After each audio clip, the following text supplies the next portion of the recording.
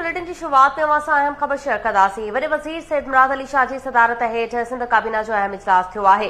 सिंध काबीना जे इजलास में अहम फैसलनि जी मंज़ूरी ॾिनी वई आहे।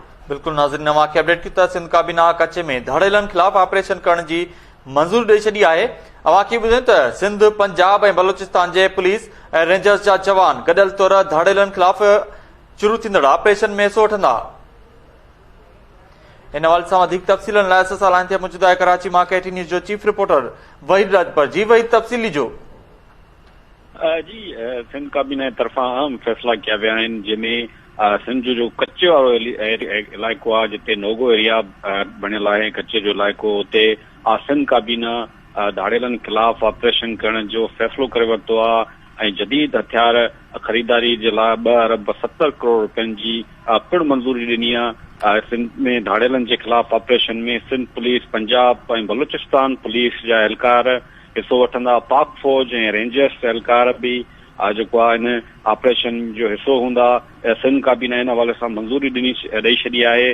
पाक फौज, रेंजर्स ऐं 3 सूबनि जी जेकी फोर्स आहे उहो इन धाड़ेलनि खिलाफ़ ऑपरेशन में हिसो वठंदी। गॾियल जेको ऑपरेशन थींदो कच्चे में धाड़ेलनि जे खिलाफ़, सिंध काबीना इहो फ़ैसिलो कयो आहे। सिंध काबीना खे इन हवाले सां ब्रीफिंग ॾिनी वई। सिंध जे घरू खाते जे एडिशनल चीफ सेक्रेटरी ऐं IG सिंध पुलिस जे तरफ़ां ब्रीफिंग ॾिनी वई आहे, जंहिंमें इहो चयो आहे त कच्चे जे इलाइक़े में पुलिस खे जेको आहे मिलिट्री ग्रेड जा जेके आहिनि उहे हथियार जी ज़रूरत आहे। मिलिट्री ग्रेड जो जेको फ्लो आहे उन जी ख़रीदारी जी सिफ़ारिश जेको आहे पेक्स कमेटी सिंध जे तरफ़ां 5 जनवरी 2023 जे थींदड़ इजलास में उन जी जेको आहे उहो सिफ़ारिश कई हुई। मिलिट्री ग्रेड जा जेके हथियार आहिनि उन जी ख़रीदारी जी जेकी कुल काथो लॻायो वियो आहे सिंध पुलिस जे तरफ़ां उहो 2 अरब 70 करोड़ रुपयनि जी जेको आहे ज़रूरत आहे। इन हवाले सां सिंध काबीना फंड्स फौरी तौर ते मंज़ूर करे जेको हथियार ख़रीद करण जी मंज़ूरी ॾिनी आहे। काबीना जे तरफ़ां इहा मंज़ूरी ॾिनी वई आहे त सिंध हुकूमत हथियारनि जी ख़रीदारी जे लाइ वफ़ाक़ी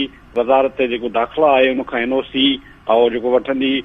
कच्चे में धाड़ेलनि खिलाफ़ जेको गॾियल ऑपरेशन बि थींदो। इन हवाले सां इहो फ़ैसिलो अहम फ़ैसिलो थियो आहे, जंहिंमें सिंध, पंजाब ऐं बलूचिस्तान पुलिस जेको आहे उन में ऑपरेशन में जेको गॾियल जेको ऑपरेशन कंदी। पाक फौज ऐं रेंजर्स बि इन ऑपरेशन जो हिसो हूंदी ऐं गॾियल जेको आहे प्री प्लान ऑपरेशन थींदो।